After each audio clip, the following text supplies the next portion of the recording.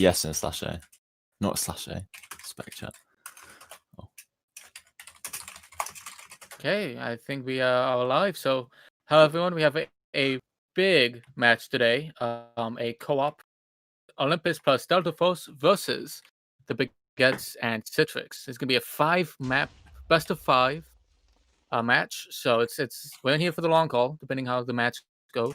No matter what, we played at least 3 maps, which is a long time.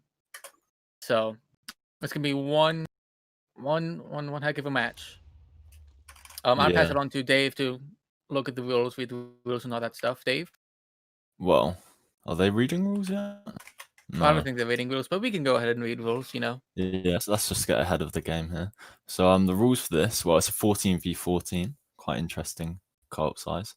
The limits, no dwarfs, no surprise there. 1 archer, pyro, mage, assassin, necro, scout, or engineer. 3 ninjas, heavies, chemists, elves, and medic. And then 4 of everything else, which is just soldier, I believe. So, yeah. Pretty interesting limits there. So an interesting thing to note about these team compositions is that we have the first seed from the the red side of the tournament. There were 2 groups, right? And so we have the first seed, which is the Baguettes, with the third seed of the other group, which is of the same group actually, which is Citrix, and then versus the first and third seed of the other group, right? Yeah. It's kind of like a battle of the groups, really. I mean, it would be interesting to see a co-op between first and second of each group, but I think first and third would be a good matchup. Considering third could have easily become second. Very tight. And in both groups' cases. Yeah. DF was very close. They were 1 cap away from winning in the TC match. The TC match, I mean. And we're doing a solid team overall. So looks like we're about to start here. 15 seconds. Looking at the prediction, this is a hard one to predict, honestly. Yeah. I mean, this is 5 maps. The first map's Valley of Ruin. Second map, Valley of Ruin is Delta Force's pick. Second map is American Fort 1, which is CX's pick. Third map, Bazaar, Olympus's pick. Fourth map, Forgotten Civilization, which is interesting, from Baguettes. And agreed as Blackout, but we're underway here. So, yeah. I'm not sure when's the last time, if ever, Forgotten Civilization has been played in an official match. I remember playing it in my first official co-op, actually. First official co-op. When was that again? That was in 2015. Yeah. T-Parler like Plus. To see. Anyways, we're gonna get in here. I'm gonna look at. Let me see where Abba is, because that should be. I can't TP to Abba. What is this?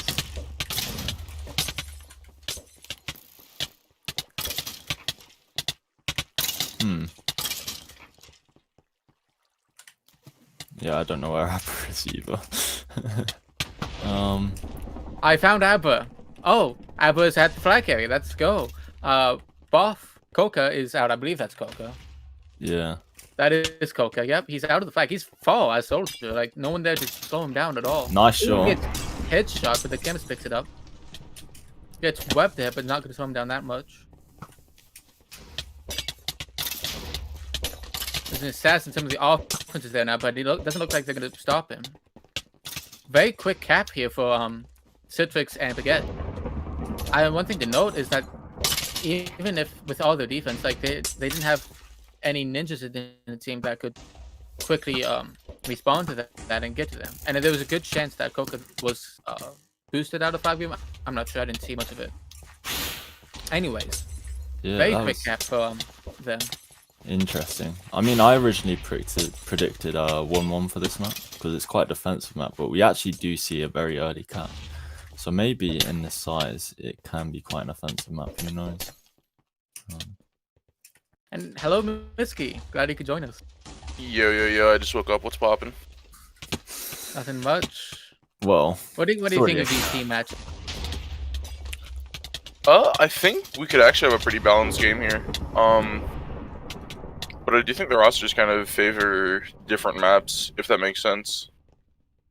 I think one team does have a little bit of like a PvP advantage, or the other team could do better on like open maps like Black and whatnot. So we see a heavy stole and got caught off on the tunnel, but that allows the soldiers to steal and get out on top, which is huge. He's If insane. you get out a soldier, that's yeah. really good. He's got full stake. Winter does have a bit of an opportunity here to get the headshot off, but I'm not sure she will. I mean, it is interesting to see very quick steals from Buff here. He's had this is his second now after getting the first cap. Gets knocked out of the frenzy there. That was a misplay from, I believe, Carowinds, unfortunate. One thing I'm noting here, and it's probably going to catch them given how low he is. Yeah. Only at 1.5 out, is they're not running double medic. Ooh, but a really good shot there onto Coca.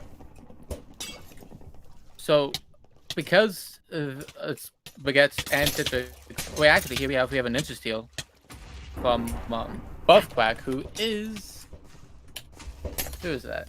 Bub Quack? Mr. Bub Dub. Probably Dub Dub. Yeah, it is. Yeah, Fatal's actually holding on Necro now. I think Necro's actually a pretty strong holding class. What is Snowbreak? Snowbreak is chemist. He's in the tunnel. He's on the side and with support. So it seems like we have a stalemate here. I would say both classes aren't the best though, because they don't have great mobility, and they're decent at tanking, but it's not the same as like a heavy holding. Yeah, neither of them are insane. I think I actually favor Necro though, because it's pretty easy to get like mana droughted on chemist with a lot of people hitting you, whereas on Necro, those skulls can really do a lot of work for both clearing people out and keeping you alive. It's on like the same ability, whereas chemist you have to use like damage pots and heal pots. Yeah, and the heal pots can heal the recovery, which is never a good thing. Yeah, exactly. The Wither Skulls kind of just do both at the same time. Yeah, basically health pots are not reliable of getting you full health. You can get hit out of those health pots, which would be very bad until. Well, that and if you accidentally like heal like a buffed heavy or something trying to reco on you, you basically kill yourself at that point. Yeah, it's pretty difficult. We are seeing Fatal Best hold up top here, whereas Snowbreak is holding in flag room. I think this opens up to the Archer and perhaps even a Void swap for Fatal Best. Yeah, I will say though that I do actually like the top spot a bit more given what classes they're holding as, because I do think Snowbreak, like with the size of the match, it is 14v14. Yeah. If they get a lot of people in on Snowbreak here, he's gonna have a very hard time surviving. But he has a lot of support with him right now, just not a lot of people roaming, which could be an issue. Yeah, that's true. They've got 3 medics with him. That's too many. Yeah, they have 6 people in the flag room, and what, 1 person roaming? 2 people. Yeah, 2 people are getting in for free right now. 4 are actually in. There is only a 3 heavy limit though, and that does mean I mean 3 heavies can get in, but usually 1 or 2 get picked off. Snowbreak taking a bit of damage here from the heavy. Yeah, but he has 3 medics with him right now, which is a bit excessive. I would imagine at least one of those medics switches like a heavy or something. 3 medics supporting the flag carrier. We do see his team though. Like I honestly think they're overcommitting to support a bit, and they're down at cap at the moment. I just think 3 medics is not going to actually do much good, because say they get like 2 heavies in and a scout with death tag, like. Yeah, I mean AP Lit should just be on mage here roaming and just calling out where people are coming. To be honest, instead of being on medic, I think that or ninja, something like that. But people are constantly getting in because they don't have roaming. Like, look again, 3 people in here again, and Snowbreak is forced to move constantly, even with 3 medics. I mean, they could chuck in, TB could chuck in pick 3 as assassin here, maybe take out like the pyro, couple medics, could really help. Well, yeah, I guess that's the other thing with 3 medic, right? Is if you send any kind of like actual clearance, something like assassin or even like scout, you could thin out that support really quickly. I heard you guys discussing that it was weird that people were getting like pretty quick steals and whatnot, considering it's like a defensive bias map. But I think that has to do with like. You go. So I saw the second time, since it was so quickly, it caught me off guard. But the second time I was watching their offense, and he just I felt like the FS Olympus roaming was not being effective enough, and so they could get in all together and just kill the pyro and all that stuff. Yeah, I think part of it also has to do with like 14v14 because we're all used to like a lot of like 12v12 semi-10s whatnot. But in 14v14, like being able to run that like one extra person on offense and have them play, like they can play stuff like Ninja Clear, they can play stuff like, I don't know, there's a lot of different stuff you can do, and I think it opens up offense like a lot compared to smaller sizes. I mean, watching Fatal Best there a minute ago now, he actually dropped her, I think, 5 hearts, no stake. So he is definitely vulnerable there. But yeah, the size, I think both teams will need to adjust if this stalemate does end. Perhaps play a bit more defensive. Because a 6-man off, I think that was what they was running. 6-man off would 100%. Yeah, I think that's standard for this size. Yeah, but I think 5-man, an 8-man defense story. It's just not defensive enough. Yeah, it could be the case. I mean, if the Baguettes and Citrix win this stalemate, seeing them go to like nano defense, I think, is a pretty good decision because they're up 2-0 on a map where they can realistically defend. Yeah.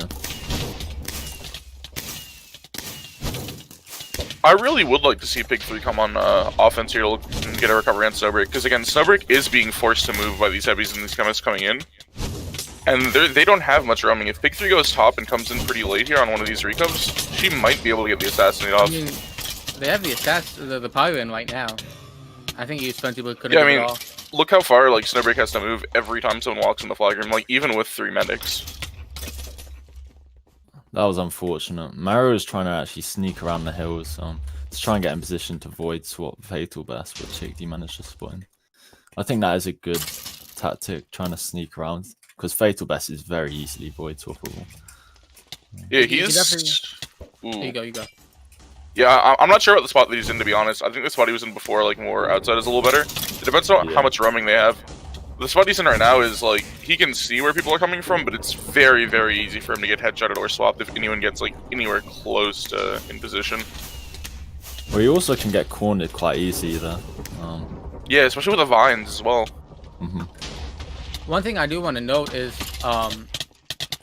Citrix and Baguettes have a large amount of recovery, keeping lots of pressure on Snowbreak constantly, as we've mentioned, which means that it's hard for Olympus and DF to put any pressure on. So Fatal Best has seen only a few enemies, right?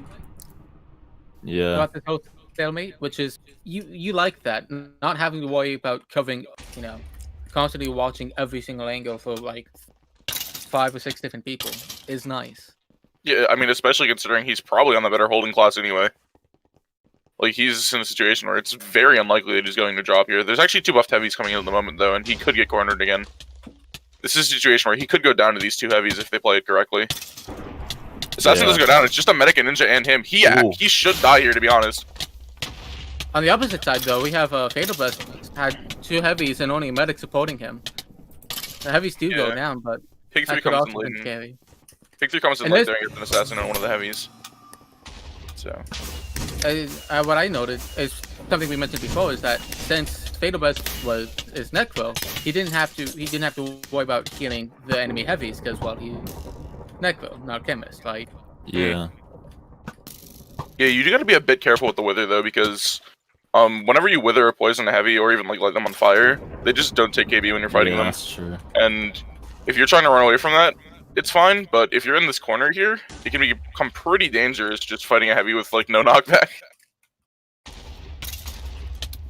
Tag doesn't go off there from the scout. Unfortunate for them, but Fatal is in a very good position to keep holding here. I mean, TB and Citrix, though, do have, like, barely any support. If Olympus and DF just go for, like, one good push, they should be able to get this, to be honest. Like, it's 1 medic with Fatal right now. And honestly, they don't have much roaming. They could come through top for free. This scout is here for free right now with no one contesting him. They're just, like, overcommitting on support, like I said before, I'm pretty sure. I mean, after that double heavy push last time, Saiyan actually came in as medic. If they timed that better, he could have kept the double heavy alive. Yeah, for sure. Yeah, I just think they could be running, like, a bit more in a 14v14 than those 3, you know? They're just sending 3 at the moment. It's quite... 3 is not going to count it. No. Yeah, now they have the pyro protecting Fatal as well, so that heavy push is not gonna work now. They're gonna need something else here. I mean, looking at Snowbreak support, he's got what, like 8 or 9 people supporting. Like, Yeah. I think that's just- bad as well, though. That's Like, terrible.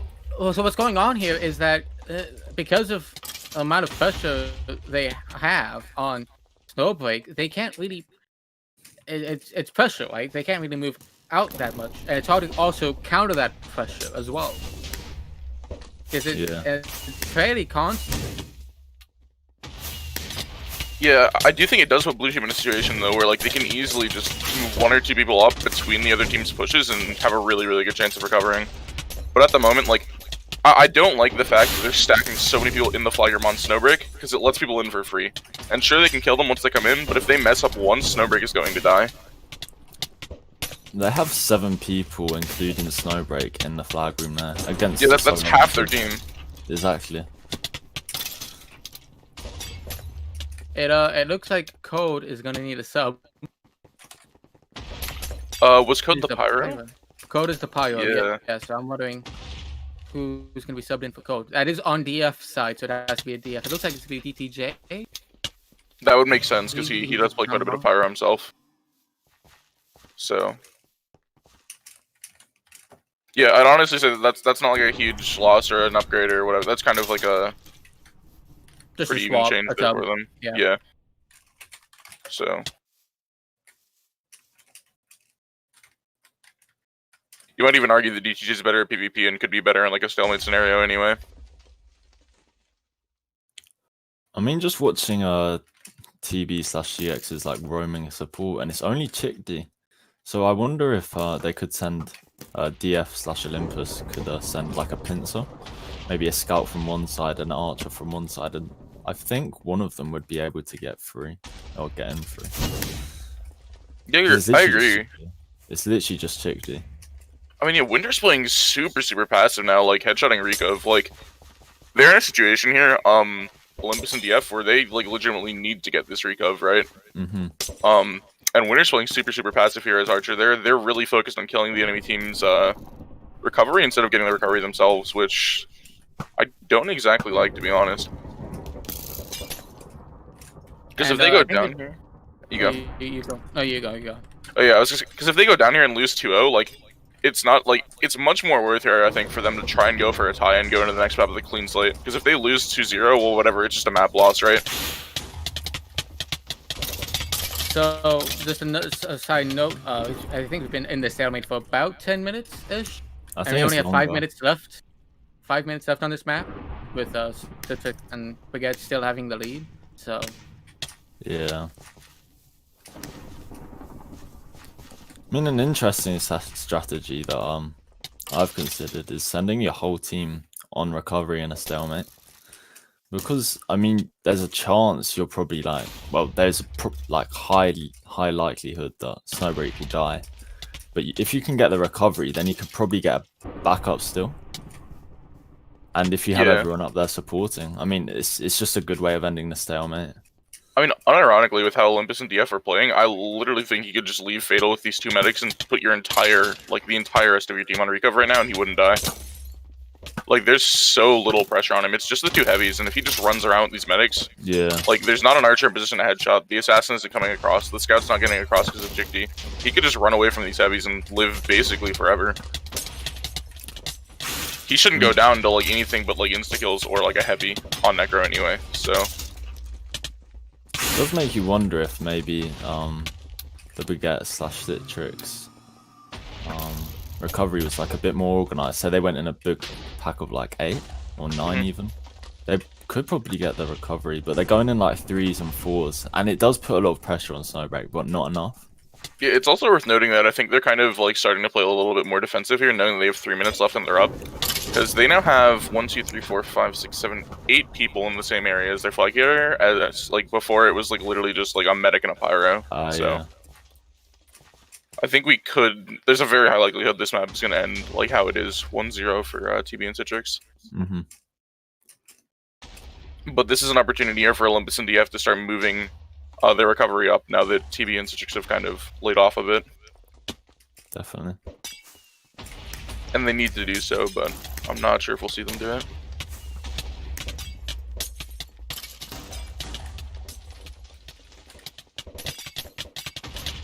Few people on Snowbake right now, but not going to do much. It's fire there.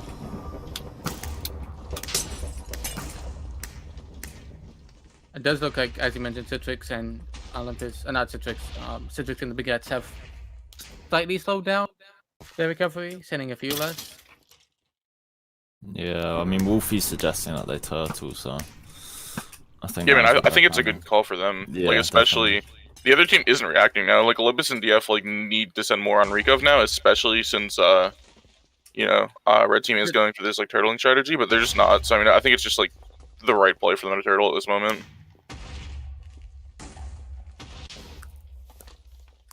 Like, I'm looking at Fatal and like I literally like can't see a player on blue team like hovering above him. There's like one heavy and that's it. Scout is here now though, looking for a swap here. Gets egged off by Chickadee though.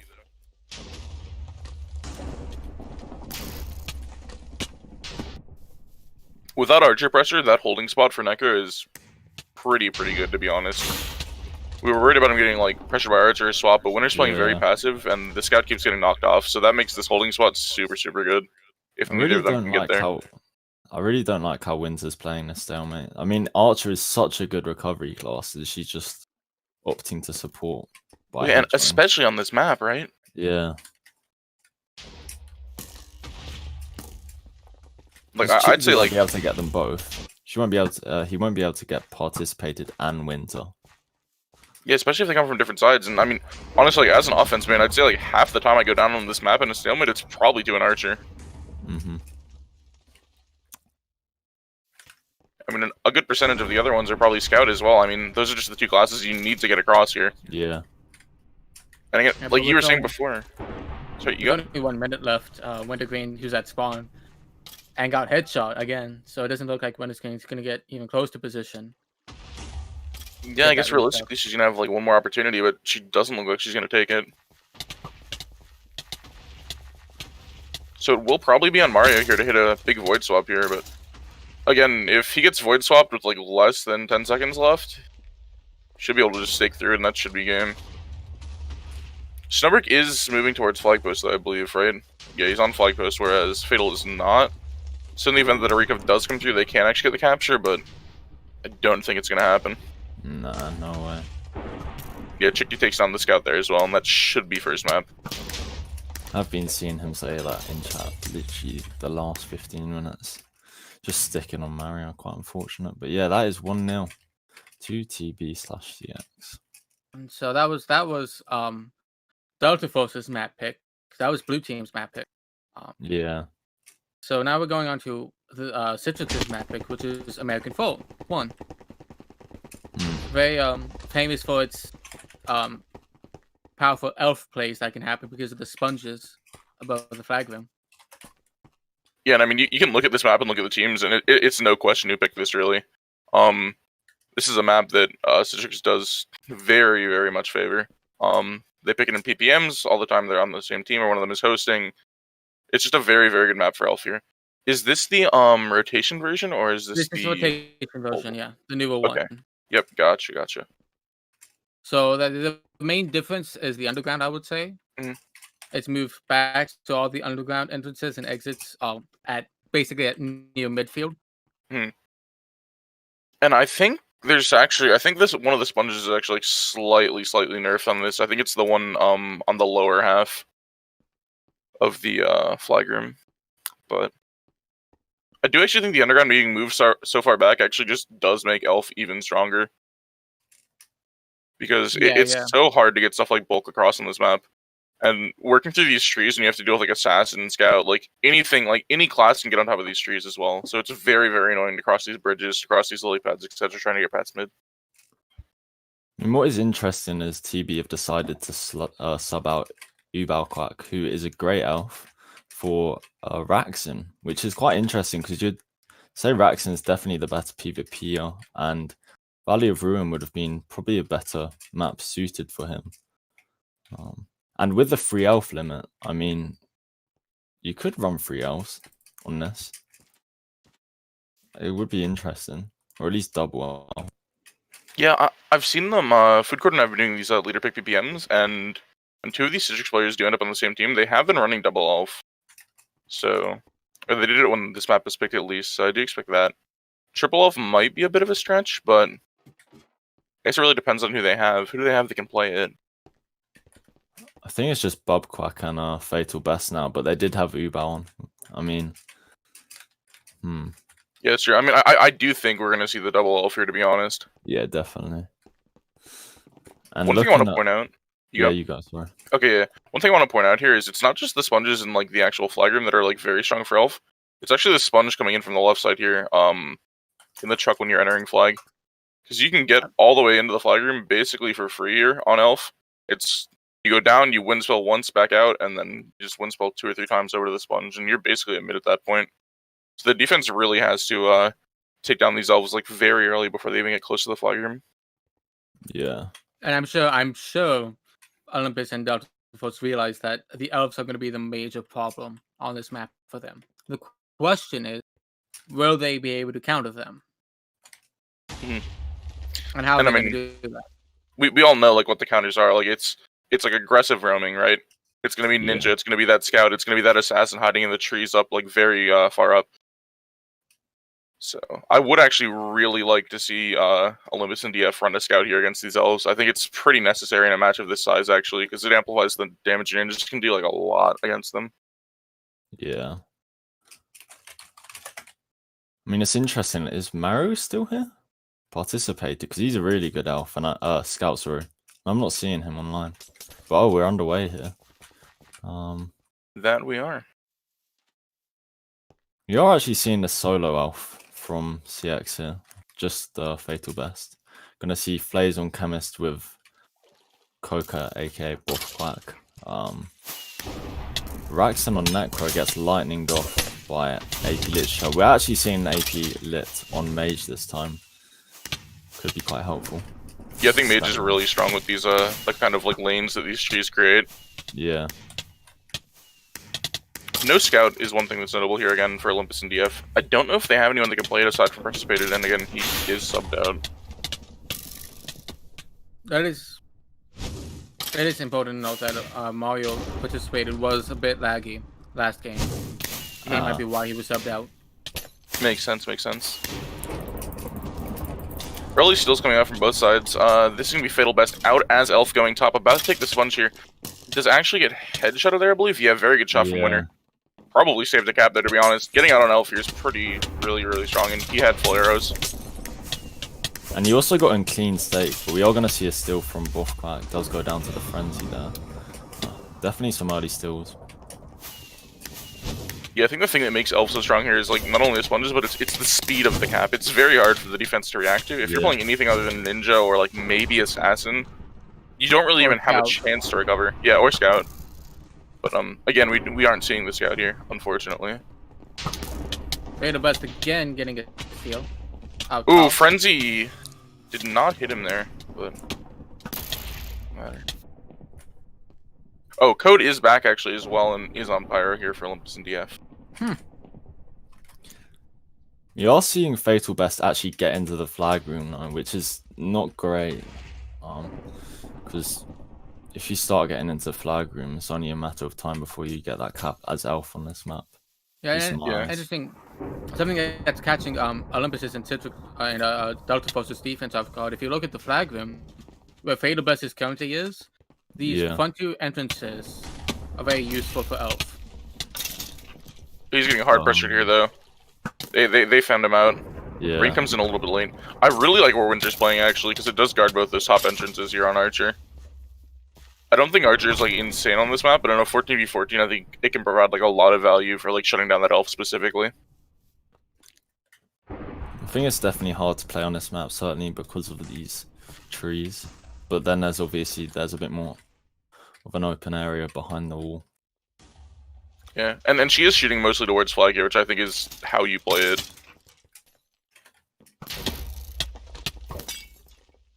But yeah, these trees really do make crossing a bit interesting. Stealer from Coca goes down to Code Bastion in the flag room. Appears to be a frenzy. You're also seeing Podgy actually play medic defense, which is quite interesting. I'm not sure who the medic offense is for CX. It might be Cryquack. Yeah, that's Crizzle, right? Yeah, but I would still say Podgy's probably the better medic defender, and Cryquack is probably the better PvPer, which is helpful in defense for times. Yeah, I mean, in 14v14 here, I think you can actually run double medic on offense quite a bit as well. True. I would advocate double medic offense in a 14v14. It's just yeah. I mean, especially solo with, like, medic offense. The amount of steals you get is not that many as we've seen here in most cases. And so we do have somebody with a steal. As Elf too. Oh, as Elf out top wow. mid. Only thing on assassin, but he doesn't see the assassin. And he's not happy as he as clearly presented in chat. He had support coming. He had a heavy close. His medic was not too far away as well. That's very unfortunate. But again, that's another Elf steal. We've seen 3 decent steals here. That was the best one so far. But the only steals that have actually gotten out of the actual small part of the flagram have all been Elf. Yeah. Anyways, as I was saying, with double medic offense, you have a better chance of getting the restore, which is an essential part in most cases of getting across the map, especially these larger games. Yeah, that's why 100%. I prefer double medic offense. Yeah, not only that as well, but it allows you to have 2 medics playing different playstyles. You're allowed to have that passive medic that kind of waits for the restore, as well as having a medic go in. And both of those things feel very, very good for a capper. Having a medic come in with you, and then being able to get the restore when you get out. Because a lot of times the medic that comes in will get dropped in these matches.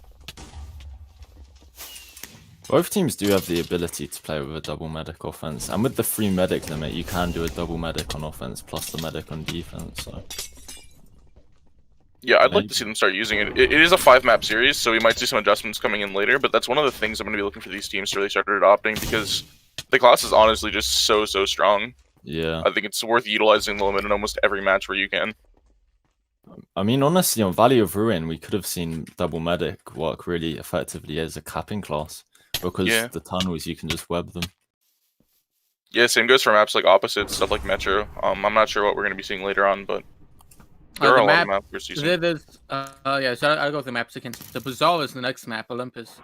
And then the Baguettes basically chose Forgotten Civilization. Oh yeah, I heard about that. So double medic is actually good on that map because there's a secret underground that is very easy to block with very minimal amount of webs. We'll see. I saw Ducks on build last night practicing or trying to find routes on that map, so Olympus is preparing, but they did not seem too happy that it was picked. Yeah, I saw them all on earlier actually. Having a look around. Yeah, there's a couple specific things I'd like to point out with that map, but we'll get there when we get there. Mm-hmm.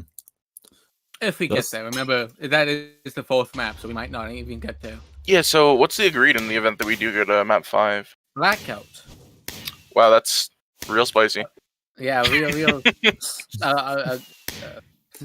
Change things up a bit, So we go from Forgotten Civilization to Blackout. Both old maps, so Yeah, they were both in rotation at the same time. That's fair.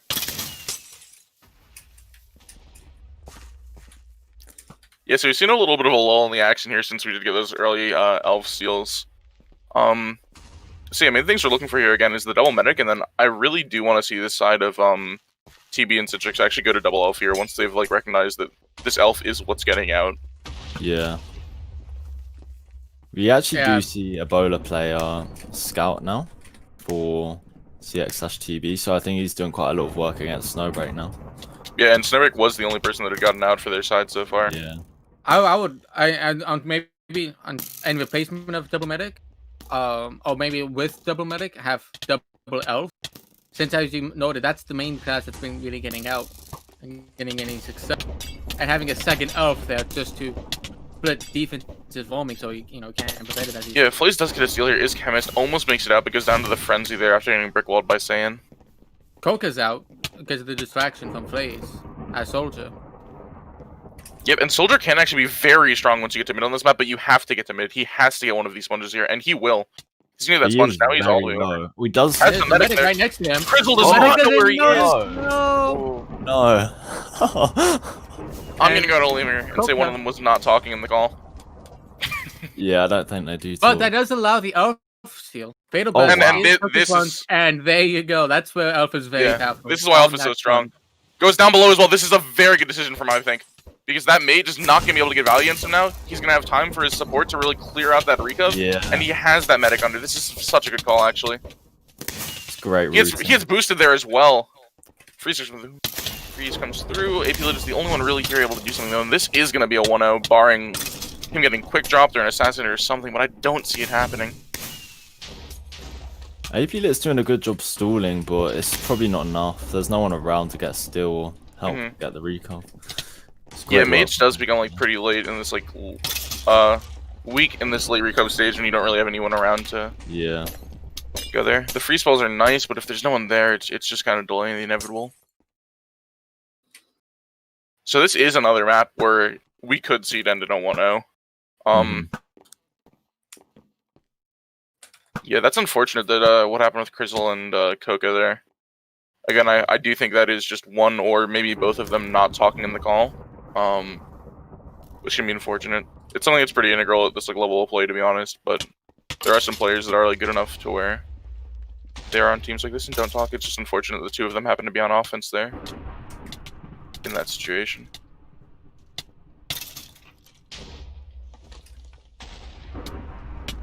Okay, that is a soldier still again. Tireless, who is a B2, ends up getting the recovery there.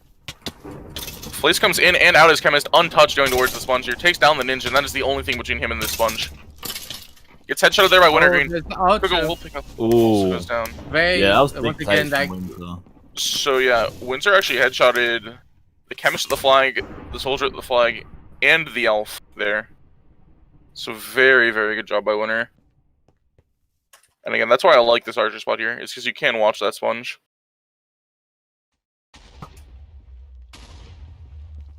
Yeah, compared to the spot that Ace Blue is playing as archer, Ace Blue is going to find himself getting like a lot of value for a couple seconds here, but then stuff like this is going to happen where he gets targeted by the heavies, they're in like an area he can't shoot, and his value kind of just goes away. Yeah, he's a lot more vulnerable to a heavy roaming up, which is what's happening right now. Yeah, and he will go down here. And I think Sane is going to play midfield.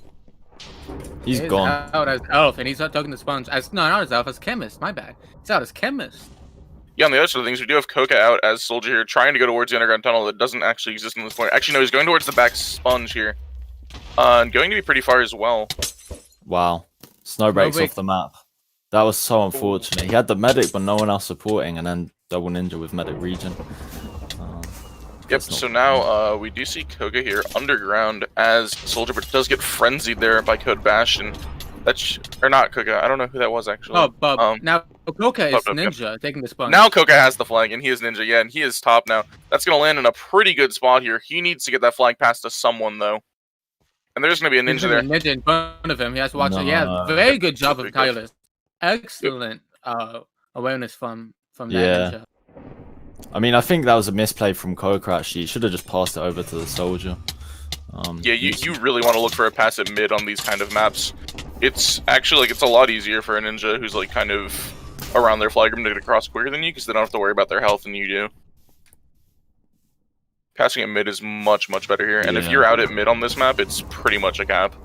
And generally with ninja capping, the faster you can pass, the better it is, because that leaves less opportunity for the other ninjas to, well, get across and get the recap. Well, and think about it too, right? If you have two ninjas on the enemy team purling towards your spawn and you pass to a soldier at mid, right? Those ninjas are a non-factor for a couple seconds. Your soldier is going to be free for a while. Okay, so Flay's out as Chemist. You're going left towards the enemy team spawn. We'll take the sponge up. And we'll be running towards the side sponge here. Winner taking shots. You're not connecting just yet, but Flace is running back into the flag room. We'll come over, go to the next sponge. Gets boosted over by B2. They're very good eggs.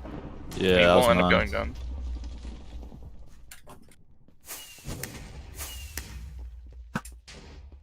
We have actually seen two good steals from DF here with Snowbreak, though. Just lack of support, really, costing them. He's got to mid both times.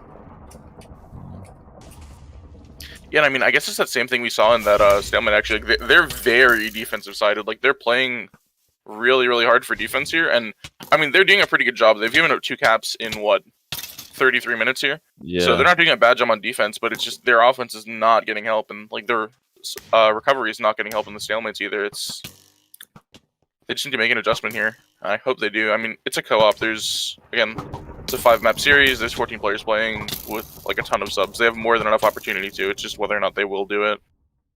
I mean, it does seem like Snowbreak is the focal point for that offense. Just getting the most steals, closest to capping. Maybe running the double med just to try and help him. But we do see a steal from Spartan here.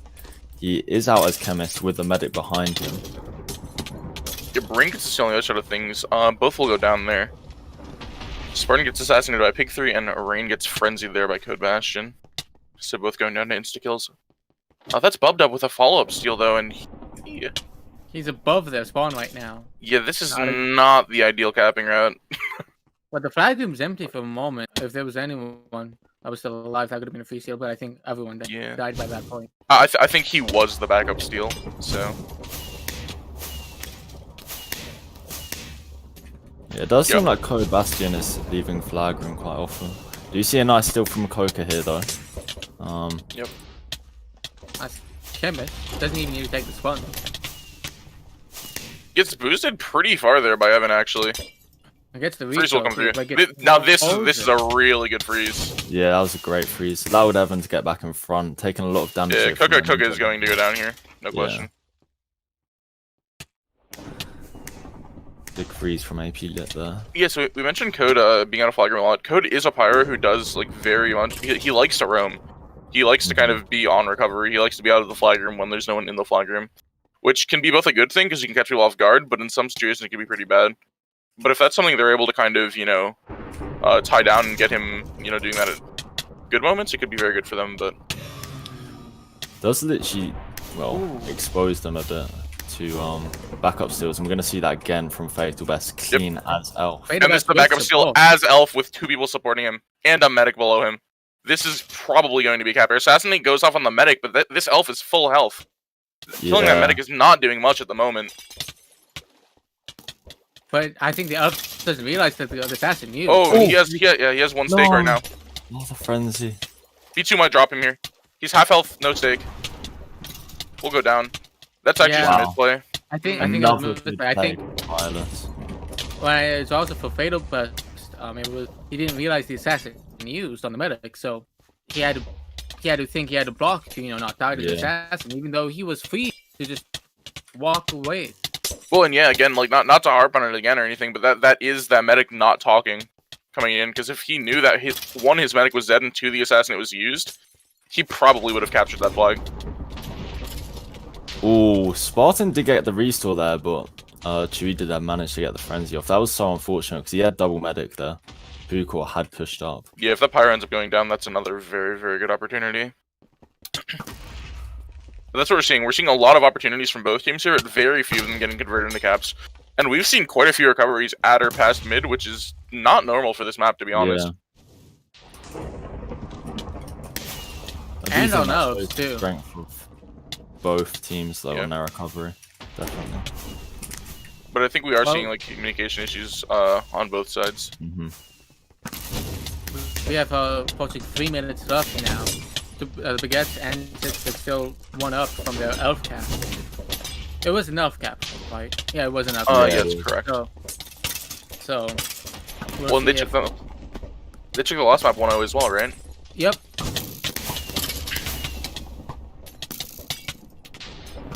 So yeah, caps do matter in these matches, but what matters more than caps generally here is going to be maps. And if they go up 2-0 in this series, we're going to have to see a reverse sweep from the other side. 3 map wins in a row to take the series, regardless of caps. That or a tie. Or a tie with, the map. That's definitely possible. But Josh, the reverse sweep is cooler. Come on. Yeah, the reverse sweep is cooler. That's why I like the overtime system, because then it's strictly map wins, not a tie BS. Yeah, it's actually a very nice system, like, unless you're holding the flag. So.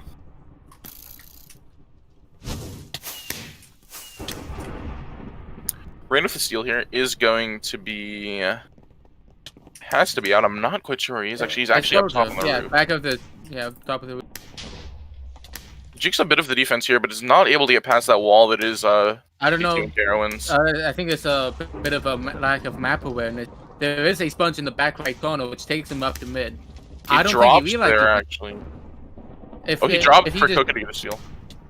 Yeah, but if Ooh. he realized there was a sponge in the back right corner, he could have taken that shot to mid. Yeah, it's one of those situations there where if you are getting brick walled at these like front sponges, you basically have to go for that sponge. You're not going to get through pretty much any other way, especially against players like B2 Carowinds, etc. that they had. And Evan, like, Yeah. Rain was quite clean there, and all he needed was buff to support rather than go for the backup still, and he might have actually got to that sponge. Yeah, I agree. If that ninja was dead, he probably actually gets that top sponge. And that's something Chemist can do very, very easily. well, we're approaching 1 minute left, which means that basically each team only has one push left. Yeah, it's Elf or nothing at this point. Elf or Ninja, really. Only classes that are going to be able to cap with about a minute left here. It is pretty hard to get across mid here, even as the capping team. And if you can just focus time, it's even easier to just delay. So we're into the steal here. Soldier is possible, but it's going to be very hard. Goes down anyway. Steal from Fatal Best as Elf goes down to the frenzy there of Code Bastion. And this is likely going to be map here, unless we see a Heroic Ninja Steal coming out from one side. And it's going to, like, Olympus and DF are the ones that are going to want it. Dux does come in as Ninja, but goes down here. Spart's coming in as Chemist. Looking to get a last second steal, maybe across. But That's got to be it. 30 seconds left. Even Ninja can't get across and get a steal. We'd need one, like, right now. Flaze is out as Chem going top. 16 seconds, so this is going to be our second map. And that's the Soldier, so that's not going to go anywhere. No. It's a 2 quick 1-0s. Well, like, both the caps in both these maps for TB and Citrix came pretty early, and then, like, the rest of the map was very even. For the first map that we saw was a minute and a half cap on Fire, and then both teams stole and stalemate. Oh, yeah, and this one was, what, 4 or 5 minutes in, I think? Yeah. I think 5 minutes in. Yeah, so we see Olympus and DF getting caught off guard at the start of these maps and then kind of reeling it back in, but again, they're down 2-0 now. That's not going to cut it here. They're going to have to win this map. Or get a tie and then have caps on the other. Talk about defensive maps. This is a defensive map. Oh my god, it is. There's no good route out of flag here as offense. Oh yeah. Right? And the only good route needed to be mobile, especially like Soldier or Elf. Like yeah, exactly. Those are the best ones. But those classes are also like very hard to get in on this map. Like it's very hard for those classes to get past like Soldier and Ninja and whatnot. Whereas stuff like Chemist might be able to get in easier, but it's so much more difficult getting out. Oh yeah, because there's only one reliable direction you can get out, and that opposite that either take the sponge or the tunnel. But those are in the same area, making it. Yeah. So the issue though is like those are like the easier ways to get out, but then like once you hit mid, they become like innately worse, right? Whereas like if you want to cap, if you want your highest chance of capping, you're probably going to want to go over the enemy spawn here. And I think controlling this top area by spawn is actually integral to who's going to win this map. Both archers are probably going to play here, but if you can send a Chemist and a Medic up here, have them kill that archer and then control this area as you steal, there's a very good chance you'll cap here on a map that's very defensive biased. So I'm going to be watching both teams to see who's taking control of the enemy team's like top spawn here, and I think that's really going to decide who wins this map. Yeah, I do honestly think this map favors DF and Olympus. Both teams performed on it very well during the tournament. It was actually Olympus's main pick, but DF is certainly good on this as well. I think Olympus are going to actually play with the double medic here. I mean, I'm just looking at the chat and it seemed I kind of get the feeling that Food Court and Cupcake are going to play double med off and Tylus perhaps some medic death. I think it is so good on this map. Yeah. Double med off could, like, there's quite a lot of little tunnels. If you get one medic on the spawn and then one other just roaming around like the other routes. Like, yeah, like you send one medic like in with your team, and then you have the other medic kind of like keep a Chemist up or something, like it's controlling top mid. Because you don't need 6 people to go into the flag gear. Like if you get to the flag post, it's actually a pretty easy steal. It's just like once you get out of the flag gear, that like initial kind of like burst of like help you need to get any further. That's what that Chemist and that medic up top can provide. Definitely. Do you think Soldier will definitely be big on this? Ducks fan can definitely see him having a big performance here. Yep, for sure. And there is actually a very strong Ninja out here as well. So yeah, keep in mind, one pearl goes like 2/3 of the way across the map here if you throw it from the right spot. So, yeah, I think we'll see something similar to like we'll probably see like double medic, chemist, elf, soldier, and then I'm not sure what the last class will be. It might just be another soldier, could be a necro, something like that, but it'll depend. Do they have Justin back in? He could play the necro. No, they don't. So it's probably gonna be who? So it'll be Cup and Food Court on medic. Spartan on chemist, Ducks on soldier, Snowbreak on the. Actually, Snowbreak is subbed out. It looks like. Oh, it's gonna be Aussie on offensive bulk probably. Yeah. And then I'm not sure who their last on offense is gonna be. They have Code and DTJ in right now. DTJ could be playing the offensive chemist. Spartan perhaps maybe on necro. Yeah, that could be possible as well. They have subbed to Mario back in, probably going to be the scout, I assume. Yeah, it's in a match of this size, like I think scout versus assassin is like debatable in a 12v12 on this map, but if you're in 14v14 and you can run both here, you definitely run the scout every time. I don't think double ninja is that great on this either. I'd probably prefer like a ninja scout assassin, maybe double bulk. Yeah, I think bulk is much stronger than ninja here actually as well, but you always need to have that one ninja just in case. Yeah, definitely. For ninja, but double bulk here is definitely better, I think. It's because there's so much verticality. Like ninja gets abused by the verticality because you're forced to waste like so much health you're getting for people, whereas like soldier it's so free.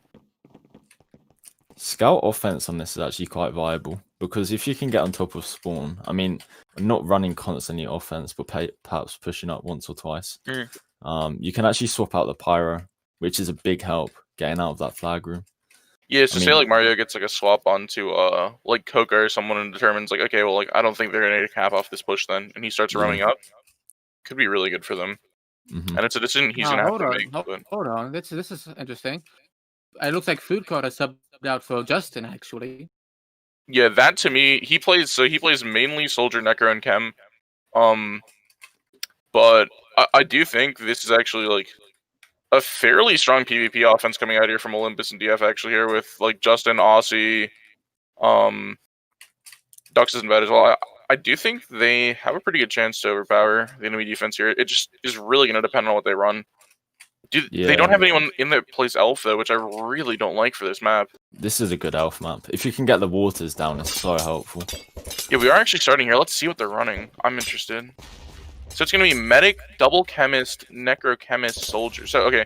So there's 3 chemists, a medic, a necro, and a soldier. It's just and triple chemist offense. For Citrix offense, we have a medic, double chemist, double soldier, elf. Yeah, and that's what I like. I'd like one of those soldiers, ideally, probably to be another medic. But, I mean, either way here, I don't think this triple chem is going to do it, because chemist, again, is very, very good at getting into the flag room here, but it is so hard to get out on that class. Definitely. You definitely need the more mobile classes to get out. I especially that the soldier class, I think, is the most useful in the long run. Yeah, they should be on double soldier, double chem here if they can't play elf. And talking about soldier, Kuka is out of soldier. We'll actually get knocked off. Both soldiers going off the back. So this, despite being like the best route to take, is also the most dangerous. Because if you don't get support like very early as you're crossing this little like bridge here, you will get knocked off every single time. And that's where this guy likes to play as well. Fatal coming in here as elf. Before the rest of his offense though, they're not quite in with him. Still comes through there. That is a very, very clean steal here from Coca. Opts to go mid though. Nice light. Oh, what a lightning. That was So very high risk. We're not seeing either team really attempt to take control of the enemy team's top spawn here at the moment, which I think is a bit of an issue. Because I do think this is similar to like top mid on Blackout for me, where like controlling this area just gives you like a very, very good chance to win the map if you like compared to if you don't have it. It's such a huge buff for you. We are seeing actually Aussie play heavy defense, which is quite interesting. Yeah, I mean, I guess it's worth noting that like I don't think like the heavy offense clear is as strong on this map as it is on others, maybe. It can be helpful if you get into that flag room, though. Like you can definitely drop the pyro. Yeah, for sure, for sure. So Spartan with a steal here, I believe he is chemist. We have Bub with a steal and that sort of things. We'll go on a Code Bastion though. Spartan is out, it appears. I got But I knocked think off. he got knocked off there, yeah, by Chick D. And another thing about Soldier versus Chemist capping on this map is in the flag room. As you mentioned, getting in as Chemist is easy. But like getting out, there's only one direction you have to go out, and that's back, back through the defenders. Versus Soldier, Well, yeah, with it's 2 corners, you can wall climb out and get out that way. not only is it back towards the defenders, if you kill those defenders, you're also still running back towards their spawn as you're exiting the flag room. Yeah. And that's fine if you're like up on the bridge and you're going top, but hey, guess what? Chemist cannot do that very easily. It's very, very hard to get up top there. I do see Mario doing a lot of work on this map though as Chemist offense, like in PPMs and such, because he likes going through the building tunnel route, if you like with the crates. And then once you're through there, and if you have support, like it's usually a cap. Yeah, it's like once you hit like that exit, it really comes down to like if the defense plays like correctly and like stacks one of the exits for you and like where your support is. But if you can break through that like little chokehold there, you can cap. But I do think it is still like pretty difficult to get through. It's kind of like a box. Once you get out of like this box area, it's Very good freeze by AP Lit. Yeah, yeah. But one thing I'm noting is just because of the double social offense, Citrix and the Baguettes are getting lots of just consistent soldier steals. They're not getting 12, but the thing with offense is every once in a while you're going to get the cleanest steal with support in the right place. Like, Well, you're just straight up getting it boosted at one point eventually. Like, yeah, it's just gonna happen. Someone's gonna lag, like hit you from behind when they don't mean to, whatever. We're seeing a lot of disconnect here from Olympus and DF's offense. Again, like they're not really clearing out top here, then they're going in very disconnected. Dux is in and dead already, Chemist just goes in and dies, and now we see Spartan coming in as Soldier afterwards, and we'll get knocked off the map here. So they come in one at a time, 3 of them, and all go down, and the other 3 of them just die at mid without even getting in. This is a map where I think you can do like the 9-5 split, because I think 9 on defense here is super, super oppressive. I would say the opposite, honestly. I mean, 7-7 split like is very offensive, but it's such a defense. Yeah. So I'm talking like in the event that like if you get like an early cap or something, yeah, I think it is like super, super defendable. I wouldn't run either like off the start though. I don't think. Sure. a good solid 8-6 split. 8 offense, 6 defense, right? Gotta hit him with the old strat, the 13 Ninja 1 Pyro. The classic. Ninja. Very lucky. That was like what Defiance and That was a Defiance versus BK unofficial, where the leaders of Defiance and BK were playing for the other teams. Yeah, and we won with 13 Ninja and 1 Pyro, and 3 people on the enemy team got striked for toxicity. So, that was a fun one. One of them is actually playing in this match, but... Oh no. You're not seeing a scout from DF or Olympus here, which is quite interesting. This is probably one of the best scout maps. I thought we did see a scout though. I thought Ebola was playing it. For TBCX, yeah, but not. Okay, I got you. Yeah, I mean, I don't see a reason to not run in a 14-40. I mean, you can run both though. It's 14 players. Sure. I mean, it comes down to like you gotta look at you can have assassin, mage, scout. Like you gotta drop one of them, right? And like what's more worth? And I do just think like the scout can be more worth than both of them potentially on this map. I actually don't think assassin is too good on this map. No, it's not the best. This size. Like again, I was saying earlier, like you can argue for it in 12v12 depending on like how you're playing on assassin, but I think in 14v14 you just should be running the scout. I mean, we had Austin play medic defense here instead of mage in our any matches. Yeah. As well, because he didn't particularly like it here. This is a good defensive medic map though, because like the webbing and everything. Yeah, that's my thing. Is like we determined in a practice. I like came into the flag room and like I just couldn't get out as soldier because of the webs. It's super, super strong. Oh yeah. Medic's value on defense is quite valuable for both its healing, keeping the pyro alive, and also those webs. Yeah. Can just ruin or destroy a good steal. And I don't think it's only the pyro though. We see a lot of people tunneling on like, oh, I just gotta heal a pyro, I gotta heal a pyro. But healing stuff like assassinate back, giving ninjas regen, I think is like more impactful than healing the pyro, to be honest. Oh, so Absolutely.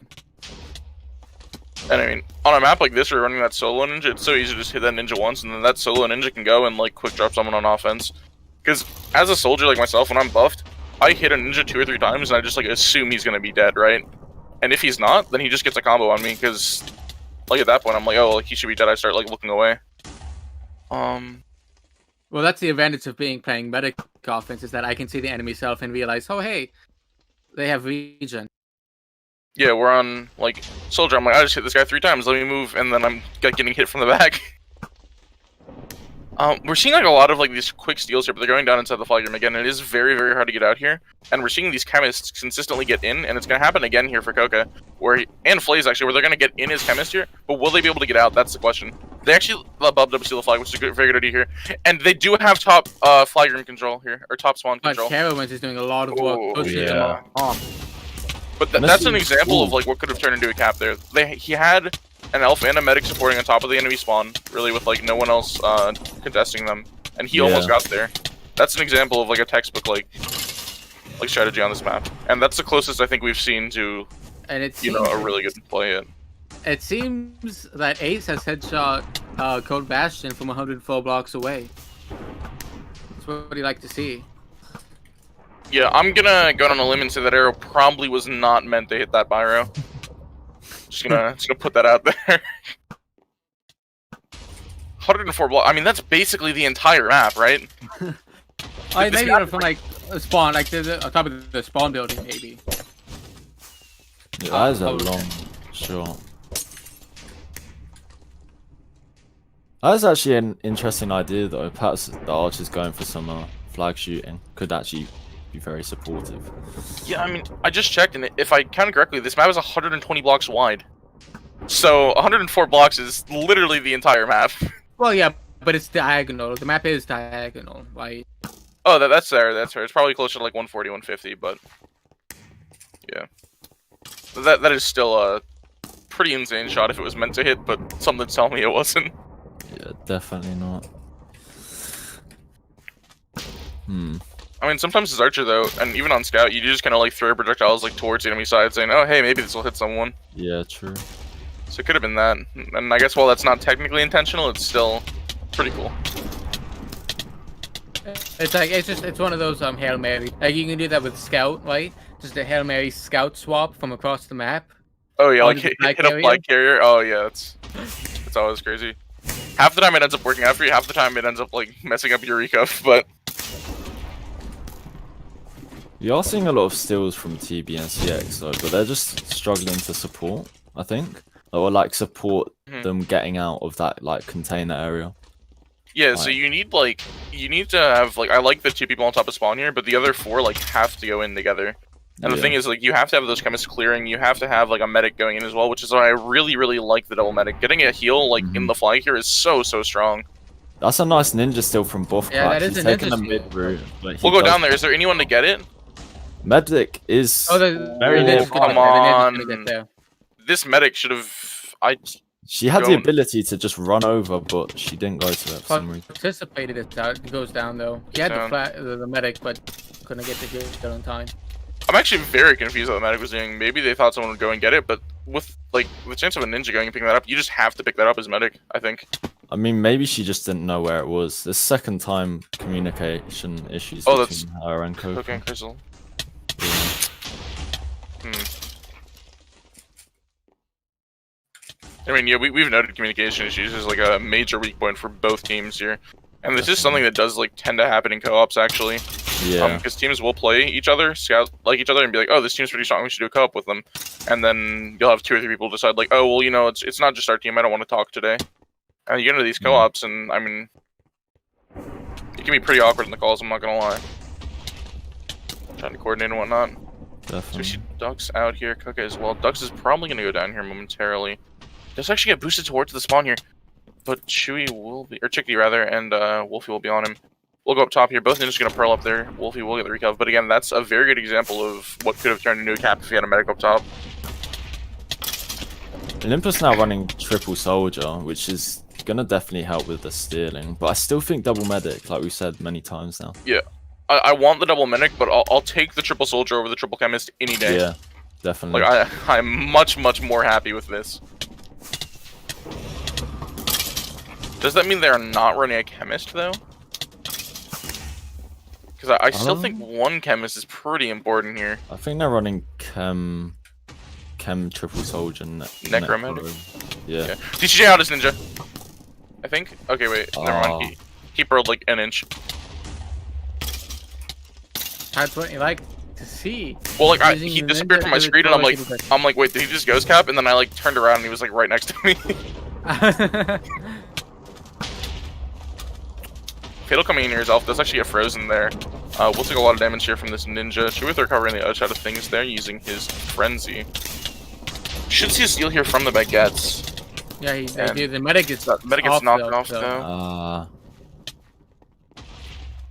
Yeah, another reason why I'd really advocate for double medic here for red team is that their one medic is not talking or doesn't talk. Right.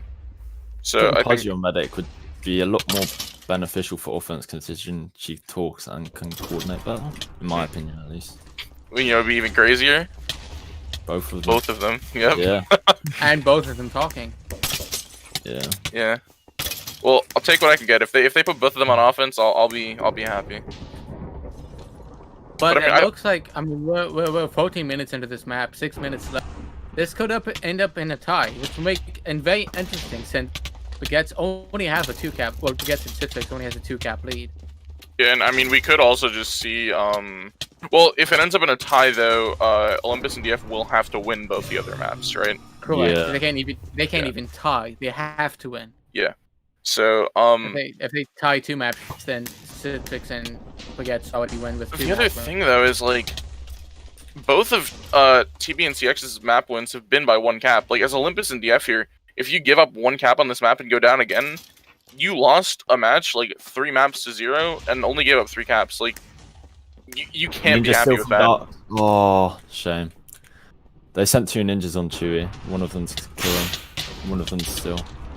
Definitely viable considering Chewie's left in flag room alone. We'll go down there. Medic again. That's soldier. Oh, yep. And has the medic here. We'll get 1 hit off. No restore yet. Will not get the restore. Has the regen still. He should just run. He should not be like waiting for this medic here. I don't think. But he does, and he gets the restore. Assassinated. Big play for Cameron there. This is why you need double medic. Like, yeah. He should get the regen from that medic there. Run, go top, and look for the medic. Pass the play. Pick that up. Oh, well, air quotes pass. Oh, that was such a good push from Citrix and Baguettes. I think a lot of soldier players also do underestimate like how actually good the regen is. Yes. Like if you're in a situation where like you're like, okay, I'm probably gonna die going for this restore, it's fine a lot of times to get the regen and then kind of run, because a lot of that support is still just gonna like be focusing the medic, where like in your mind you're like, okay, well like screw my medic, I'm gonna start running across the map and just tell them to respawn. And the regen can tank like 2 ninjas for like a good bit.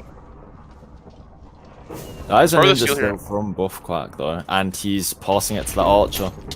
This going right near spawn though, needs to be careful. Needs to be very careful. We'll actually just go down to damage there. That was not the ideal scenario, Archer picking up. But do you see my steal from? No, he's pushed off though. Man, they got away with that.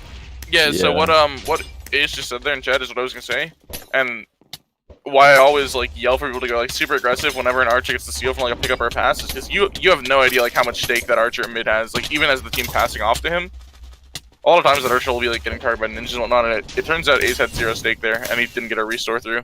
So. And because of the reaction from the enemy ninjas, they got across and was able to just deal enough damage to the. Yeah, that was DTJ and I think. Maybe I would imagine. The other defensive ninja. Yeah. I think so. I know DTJ ended up eventually getting the kill, and then Mario got the. My instinct, I've built an instinct now. Whenever someone ninja steals and like is out, I just immediately type /medic. Unless I know their route is going through me, I'm respawning. Well, yeah, and then I have the same thing where like I immediately type like /ninja. You know what I mean? I mean, it was quite surprising no one else was at spawn there, just the archer waiting. Well, yeah, it was also a situation where like I'm very surprised that Archer just didn't get healed, to be honest. True.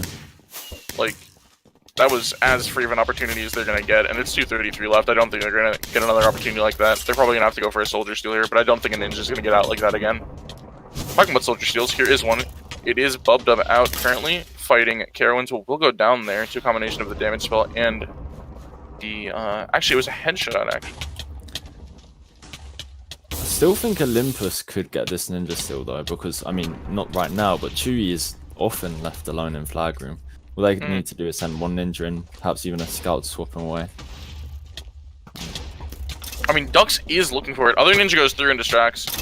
Dux will knock the Pyro here, and that is going to be a pretty solid stealer for Part. There's no And he is top. Look, they're yeah, and they're controlling the top of their spawn here. He has a lot of support here. He should be able to get this restore and start walking through. That might be huge for... Oh, that assassinate does not come through. Good pot there. I think that's actually saying... Oh, that's the restore. That's the restore there. He's top mid now with restore. Oh my. Yeah, we do see a Soldier still with supporting this kind of thing, but he is not out of it yet. He's not out of the woods yet. He's very, very close to the flag still. And it gets he will get hit once. We'll go down. This should be a cap here for Olympus. We need to watch a lot of stuff. There's a lot that could go wrong on this map. So, what? It's the recovery and the capture there. Yep. Incredible job. The first cap of the match, and it's a very important one. This will probably get them the map win on the third map. Yep. And that's textbook. That's exactly what we said before the map started, right? You get a Soldier Steal, you go up top, you have that support that cleared out the enemy teams roaming up top, and then you walk across the map. That's all it is. That's how this map is played, and they did it perfectly there. It was great game sense from Mario actually to keep running. Originally, he didn't wait for the original restore, he kept running, got the regen. Which allowed him to actually heal back up to full health and then get the restore later on. I mean, he had more support. Yeah. It's worth noting, we've seen Mario like a lot on like defense and a lot on like scout and stuff for the last little bit, but he did used to play like a ton of soldier offense for PG. And he was, in my opinion, one of the better soldiers at the time. We do have a scout skill, yeah. Yeah, Mario's great. 25. It's gonna have to be Ninja or Scout, and even then with Scout, we don't actually see much roaming from any team at the moment, so it's gonna have to be Ninja.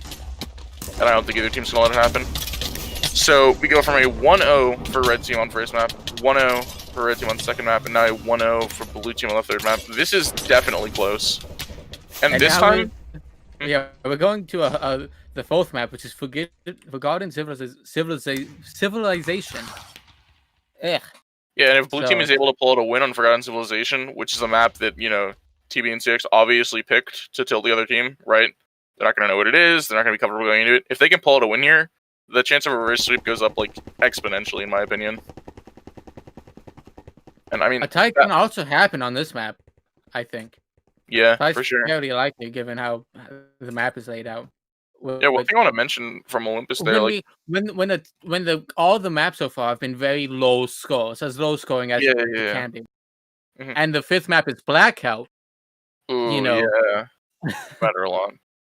I don't think Olympus. If Olympus like, they could probably like put a little bit more on defense and hope that they do well on Blackout.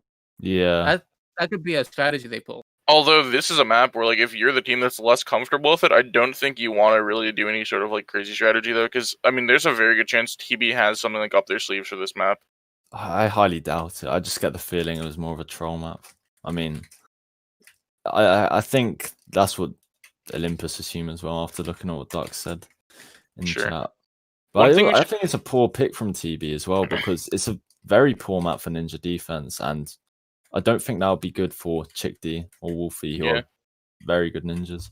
Recovs or I mean, I think it's important to note, given these tall walls on the side, and all the trees and how mid is, how crazy it is, it's much easier to capture, say, soldier or elf.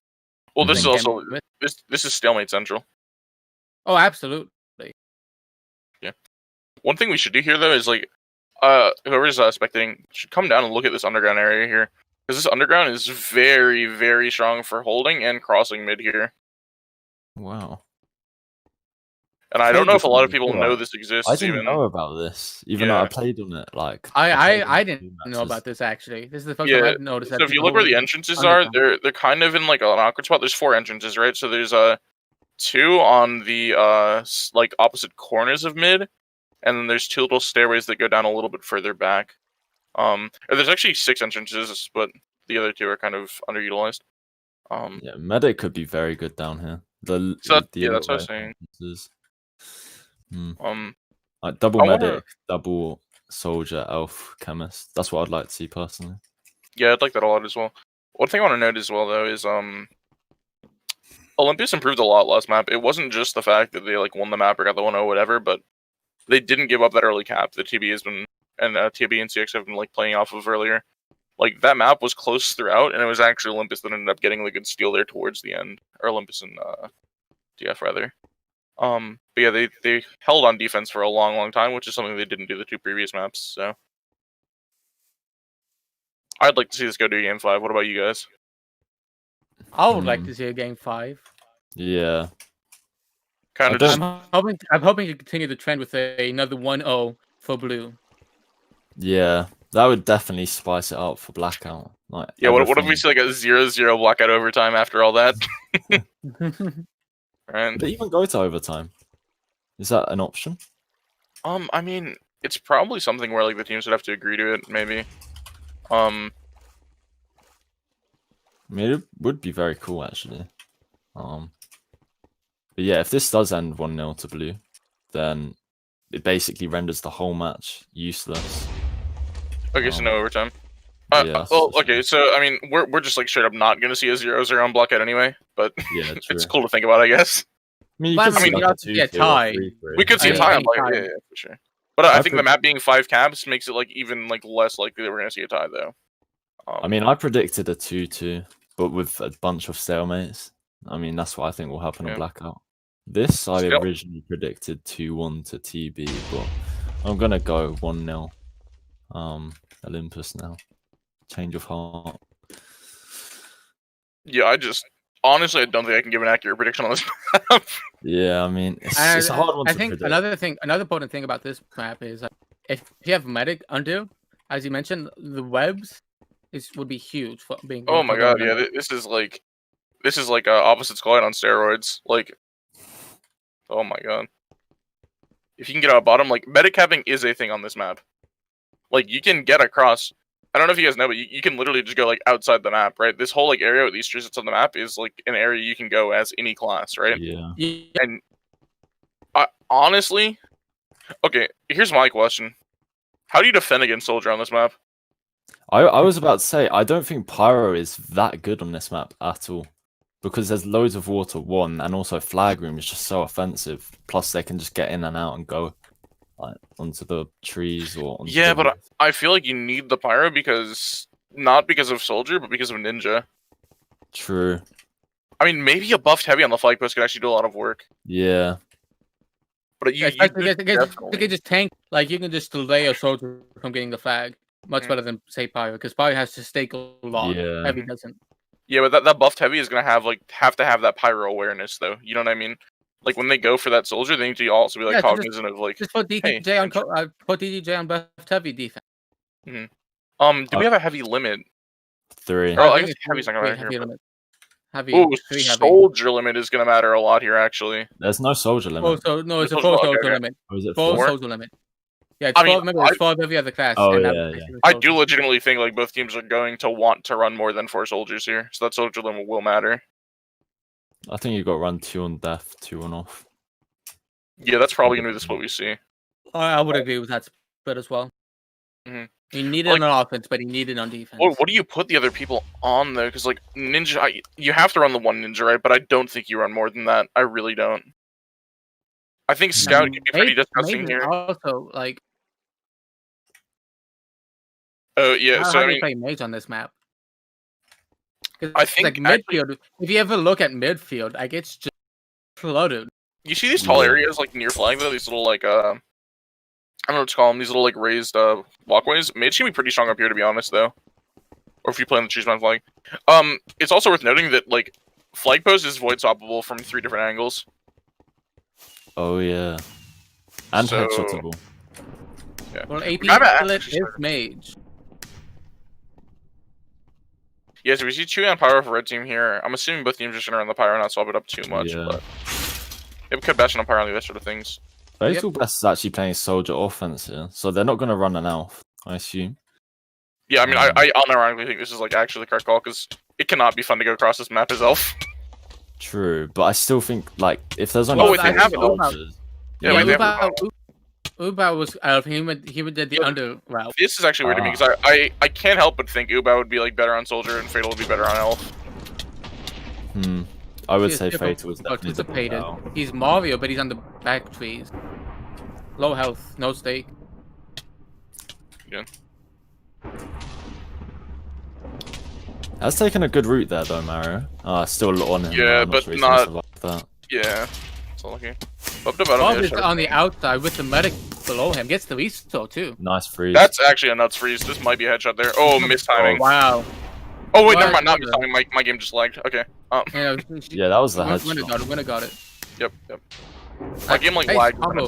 Like a freeze, but high enough that Winner can still get it from where she is. Yeah, we're gonna call that one intentional. Okay. What was interesting there actually, Ace was literally playing like 10 blocks away from flag room. Kind of odd. Like, I mean, like very offensive, like insanely offensive. I think playing on these back trees behind flag room could actually be decent for us because you can see people coming in and going out, and like boosting people off flag is like probably a legitimate strategy here. Yeah. I don't know.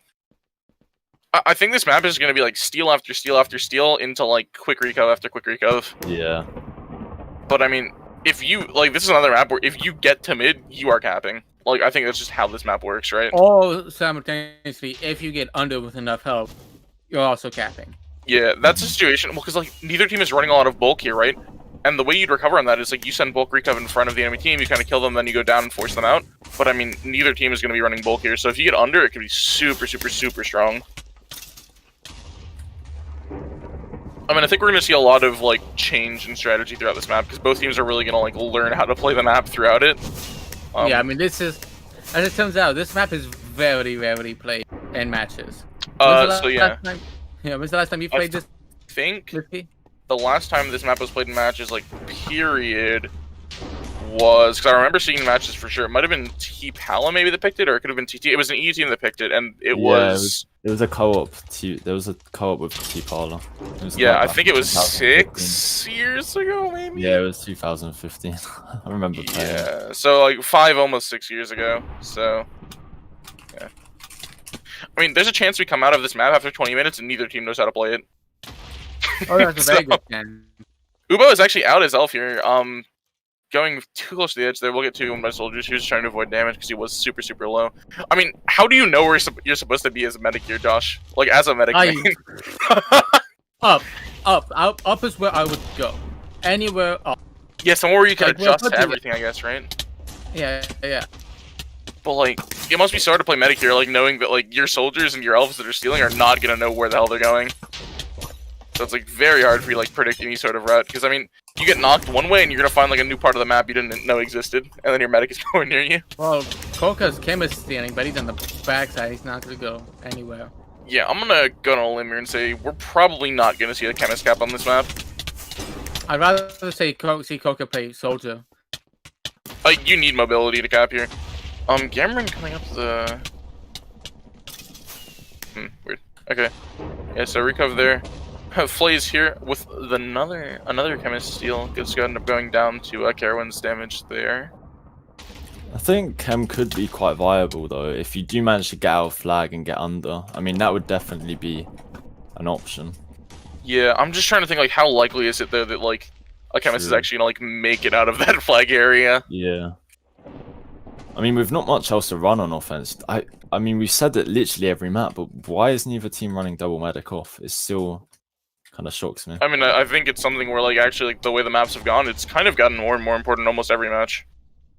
Or every map, rather. Because, like, this is a map where, again, if you just put a medic on either side of this, like, top high ground, one of them will be able to adjust. But if you end up on the opposite side, then it's very, very bad for you. I mean, we've seen 2 or 3 flight carriers go down basically already to, whatchamacallit, like, not getting a medic here. But, I mean, you can't really blame the medic. As much as I love to blame the medic, I don't think you can do it on this map. Yeah.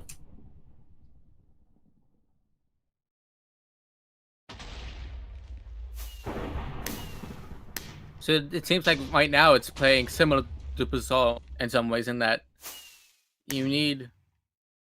It's going to require those mobile classes like soldiers, especially to get that steal and that cap. Well, that, and I think it's similar to Bazaar in the sense that like you need to like choose an area like near the enemy flag and take control of it before you go in, or else you're not getting out. Probably one of the higher walls. Yeah, I think if you get like 2 or 3 people up there just waiting for the other 3, I don't know, 3 or 4 to get in now. And then that means then you are stealing with Elf or Soldier. Like you have to steal with Elf or Soldier if that's the area you're looking to control. It's the same thing as Bazaar actually. Quite slow paced though. I would say this is even more slow paced than. Yeah, I honestly do think meta capping is actually like viable here. I agree. I absolutely agree. Nice steal from Bobquack here though. Got quite a bit on him, but he's good freeze again. Yeah. Gonna take a lot of damage because of that. Soldier's gonna hit him and he's gonna fall down there. And flag is in the void. Medic was not able to pick it up. Ubal's actually on top of flag here as Elf. Gets spotted. Probably should have gone in early, honestly. I mean, Josh, we are mentioning metacapping, and this is a DF match. You know, we could see DF phone in Ruben here. Nah. We need to bring in Bumperoo. Oh yeah, the legendary platforms metacap. Let's see him metacap. Yeah. Go on the outer edges. Perfect. Perhaps even a Pan Daniel. I mean, I think he was on DF for a little bit. Yeah. Yeah. So. Unfortunately, I don't think any of them are actually technically on the active roster, but yeah. No, they're all gone. Coca has a good. No, not Coca. Bob has a pretty good steal here. I know. Ruben came back for a match last year for like one match. I think it was against DT, and he metacapped twice on Blackout versus DT. In the match, he came back, and he hadn't played CTF in like months. So, I mean, I'd be willing to say he still has it. I think it was CTF. It might not have been, but it was a very like difficult opponent. It might have been RR or something. I mean, that's been used until all of it disbanded like a couple of years ago. 2.5, yeah, something like that. I don't know. It happened. I just don't know who it was against, but it happened. And it sounds anyhow, cool. I think what we're seeing here is the strategy that we mentioned of controlling a certain area needs to be put in place, right? Yeah, and we are approaching the halfway point of the map here. And, I mean, we've seen steals, but I don't think, like, either steal has gotten remotely close to mid. Or either of the two good steals we've had. Also, I think this mid is, like, the one area we haven't actually taken a look at yet. And, like, oh my god, is it hard to cross? No, yeah, that's why Chemist, no, it's not only because of the flag beam and all that stuff, but just mid, it's so difficult to defer. You can just easily get knocked into anything. Well, so you know how in like the low-rise flag room, there's those little like office cubicles that are like very hard to like get over, and sometimes you get knocked in, stuck on the fence, right? That is this entire mid. Yeah. Like this entire mid is the low-rise flag room. Like it's just these little square boxes of like chests and random like cobblestone fences. And the worst part is random slabs. The slabs broken, the slabs on top. The slabs just make it so difficult. So if I describe this mid, like this is a combination of like slums in the low-rise flag room. That's what I'm thinking. It's just an amplified low-rise flag room, in my opinion. Yeah, it really. I mean, it's annoying, and like my least favorite thing about that flag room is like I get hit into one of those fences with like the pressure plate on it, and like I can't pot his chemist, I can't wall climb while his soldier. Yeah. Like it's just weird. Yeah, I know Dutch fan is seeing some tilt. Can't really blame him. It is. But I can't blame him at all either.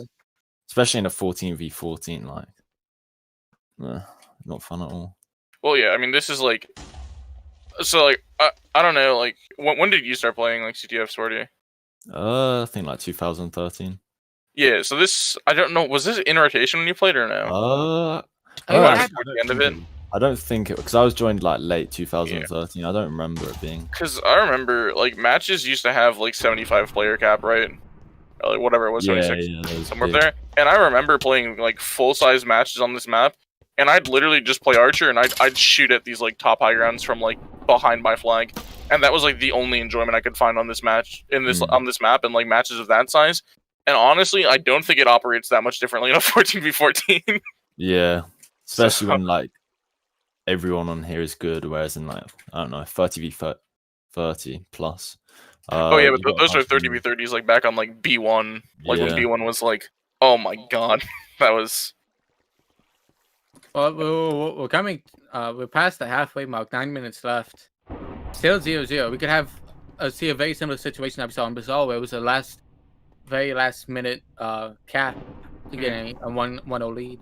Yeah, the difference here between this and Bazaar though is that we've seen steals kind of slow down here, whereas on Bazaar they actually like sped up towards the end. You see a good steal from Coca as chemist with medic support. Yeah. Oh, he is out. And he has all 5 pots. And so now this is the area where if you get here, you should cap. This is an area where it's extremely hard for the recuff to get to you, and the entrance you're looking to go in through is by your flag post. This should be a capture. And I mean, there is a chance, I don't want to speak too soon, but like this capture could be the game. Yeah, absolutely. There's no ninjas. Be a little careful here. And I mean, yeah, he get knocked off easily, but no one knows where he is. He's going to cap. That's the cap. Like, his medic couldn't get back to him because his medic didn't know where he was. The enemy ninjas couldn't get back to him because they don't know where he is. And I mean, I'll eat my words. The only cap we see here so far is actually a chemist cap. Yeah. Wow. I mean, it's the same thing with medic. I guess the sides work just as well as underground in that if you get there, it's so hard for the recovery to cut you off. Well, and you have all these tools here, like on chemist and medic, to like delay the enemy team. That like once you do get out and once you have like a lead on the enemy team after like using your webs or using your pots, whatever, it's so hard for them to catch up to you, especially when they don't even know how to get to you. This is a nice steal from Justin, though. I mean, he has no stakes, but he's gone.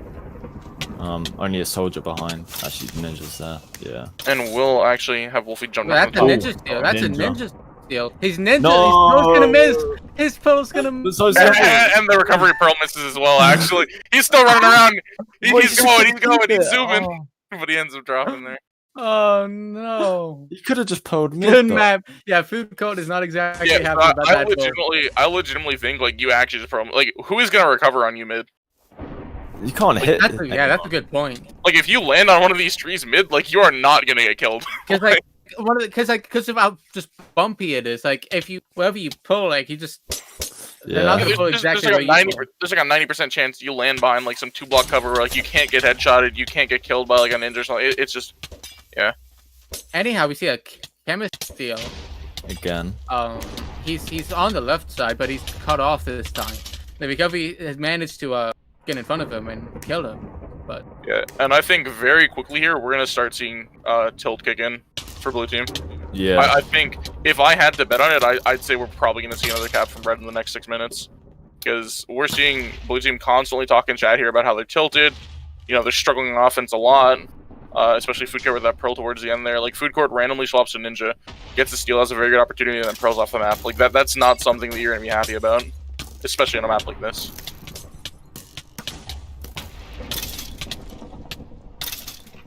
Ninja Cap is definitely an option for them, though. And I think they can still utilize it, but Pudgy's definitely staying a bit closer to flag now. Say that. It's just Chewy right now. Yeah, it is just Chewy. But I mean, it's so hard to knock the pyro here, though, if you play towards this like back fence, I feel like. Chemist is Coca's out again as chemist. Oh, yeah. On left side. No one in front of him. Only a ninja now. Yeah, this is probably going to be another cap. If I had to bet. I think it is. Actually, soldiers there. Oh, wait, yeah, this soldier's putting a lot of damage, but accidentally starts climbing up the vines. No! Yeah. Oh, soldier there? No. Assassin dropping down. Assassin drops down. Ends up going down to the soldier there. Far behind. Okay, will they be able to cut him off here? Because this is the last choke. Most medics are there. They found the chemist. This is the last actual choke. They have an opportunity to kill him. Right coming up here. And there's no one's there. Yep, and there it is. That's a sick cap. Bye. Olympus is in a tight spot. 5 minutes, probably tilted. Need to get at least 2 caps. Over under on a 3-0. Like, I think Forgotten Civilization specifically too. Yeah, I think there's a very good chance this is a 3-0. I'm surprised this is even allowed to be picked. Not gonna lie. Well, so this map, so the way it works is like you can pick maps in rotation, and I originally had thought this was a vault map, but I was like, wait, I remember playing this. Like this map was technically in rotation, and the way matches work right now is any map that has been in rotation you can pick. Yeah. Yep. I mean, there's a lot of people, and I had a discussion with Dux about this last night, where like, hey, maybe it should be like only maps like currently in rotation. That way, like new players like know all the maps, whatever. And I think that's a very good system, but like just at the moment, that's just not how it is, unfortunately. I mean, I think that is the correct way of doing it, but there's also maps such as Airlock, which are great for comp, but not so great for casual, and they're not in rotation.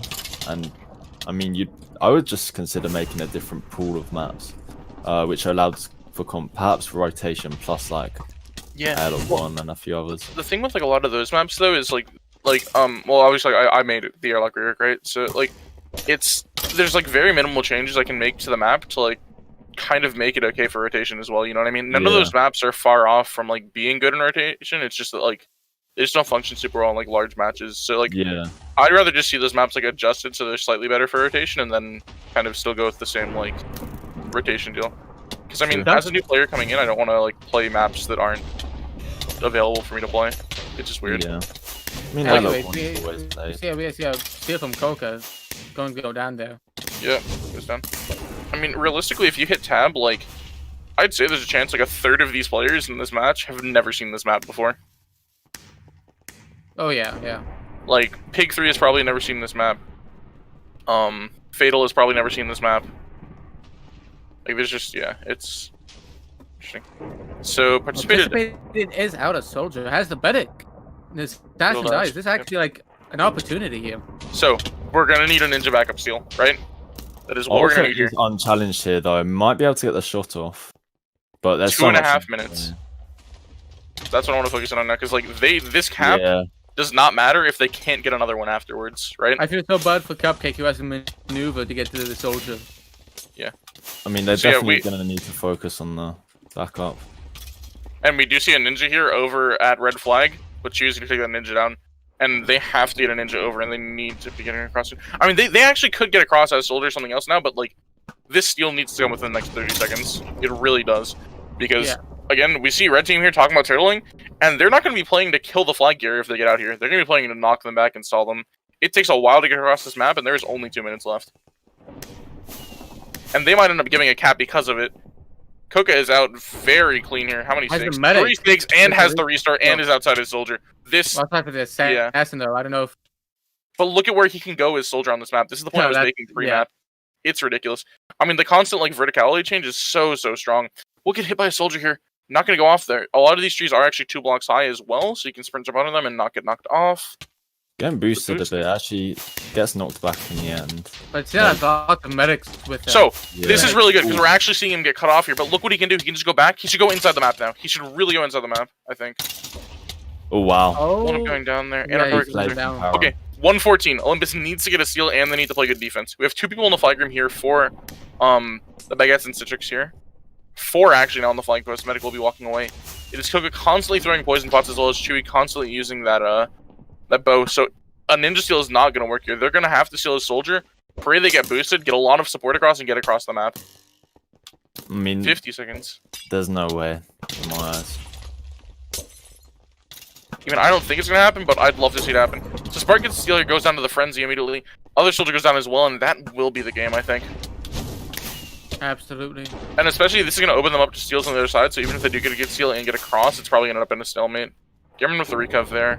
We both the steal immediately after. I think that Archer just flag shooting could have been beneficial. Winter pushing up, but yeah. At this point, they're hard watching the ninja. Just hard watching the ninja. Yeah, there is literally no way. I mean, I really like this adaptation for the chemist defense here. Watching for this ninja, so. That's gonna be game. Yeah, so no reverse sweep today. But we do actually see. So if I told you at the start of this match, Forgotten Civilization was getting the map, we saw the most caps on in this series. I don't know if either of you would have believed me. Yeah, this is the one we had 3 caps. We saw as many caps on this map as we saw the other 3 maps total. Yeah. Yeah. So, damn. Interesting that. Yeah, and I think what I said before might be true. Such a big So size. There's more than one standout for me, I'd say. I think Koga got consistent value on offense. I think so. I was thinking Coco myself. I also think though it's worth like potentially giving to someone on defense as well though, because those first two maps on defense were pretty clinical from TB and CX. Like Yeah. Olympus had like one good steal in 2 maps. I might check out the damage a little bit. Wonder how much Chick D was doing.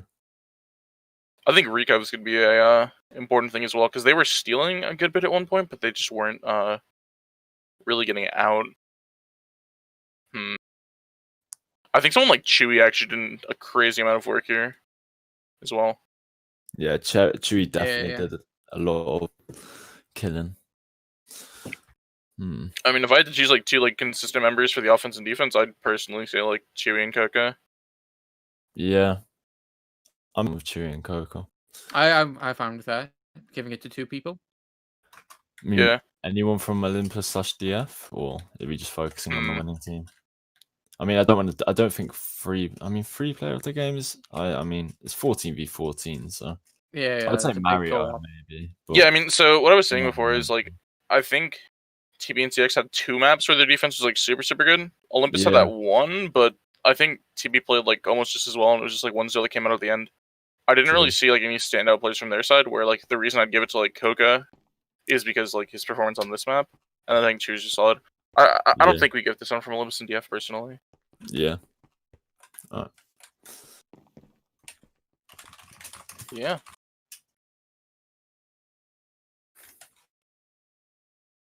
Okay, I think that's gonna be it. Very well played from both teams.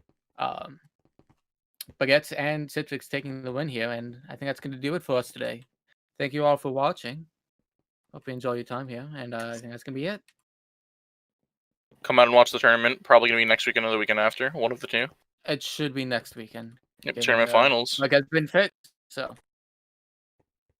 Woo.